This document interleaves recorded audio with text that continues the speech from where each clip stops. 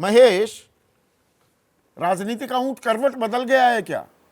आप तो ऐसे बम बम दिखाई दे रहे हैं कि बस वो छोटी मोटी चूक हो गई थी लोकसभा चुनाव में, हरियाणा की जीत ने सब कुछ बराबर कर दिया।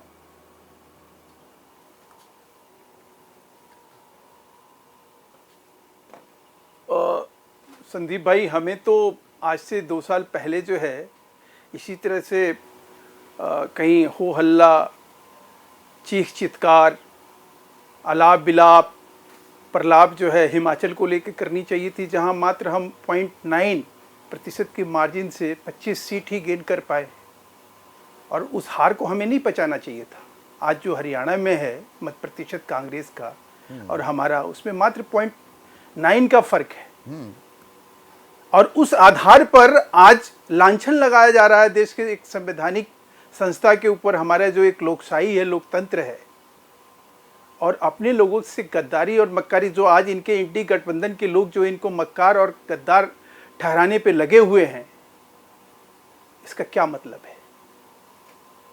ये आखिर क्या कारण है? इनके ही नेता अपमानित होकर किस तरह से मतलब उस कूचे से बाहर निकले जहां पे राहुल गांधी तक को अपमान सहना पड़ा। जब राहुल गांधी प्रेस कॉन्फ्रेंस करके आपने ही एक दिन अपने कार्यक्रम में सुनाया, बताया और जताया कि राहुल गांधी कह रहे हैं कि इंडी गठबंधन के जो हमारे घटक दल है उसके साथ चुनाव लड़ेंगे, और हुड्डा जी क्या कह रहे हैं कि ऐसा नहीं करेंगे। आप जो है झूठ पे झूठ बोले जा रहे हैं। आप वहां पे किसी भी प्रकार से आप इस चीज को झुठला देंगे कि हम लोकसभा में 46 विधानसभा चुनाव जीते थे और आप 42 पर थे, और आज आप ये कह रहे हैं कि नहीं, हमें ये हार मंजूर नहीं है।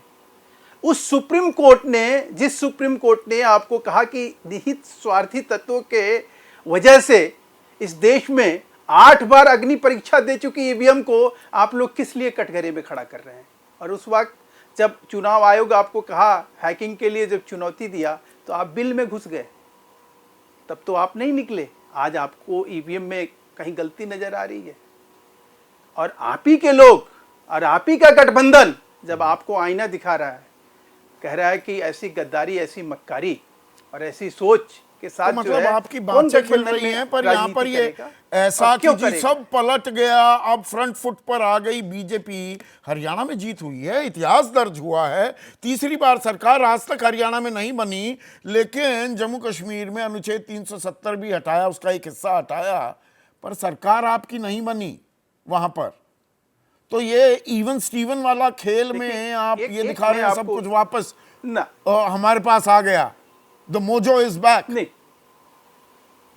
देखिए एक चीज संदीप भाई, ऐसी बात बिल्कुल नहीं है। लोकसभा में जिस प्रकार का हमारा परफॉर्मेंस था, जिस तरह से हमारे कार्यकर्ता, हमारे लोगों में एक हताशा और निराशा बैठ गई थी, उससे कहीं बाहर निकलने का ये मौका था।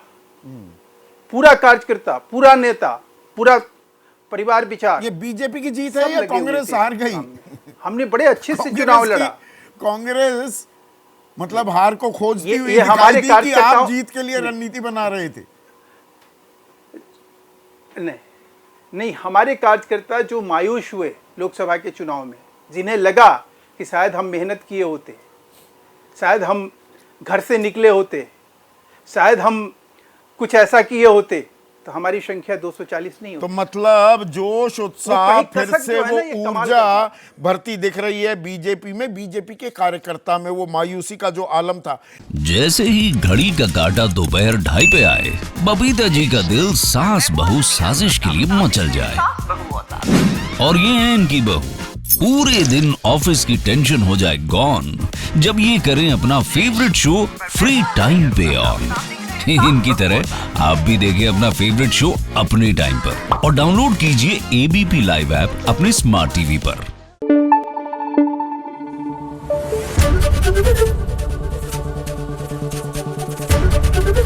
एबीपी न्यूज आपको रखे आगे।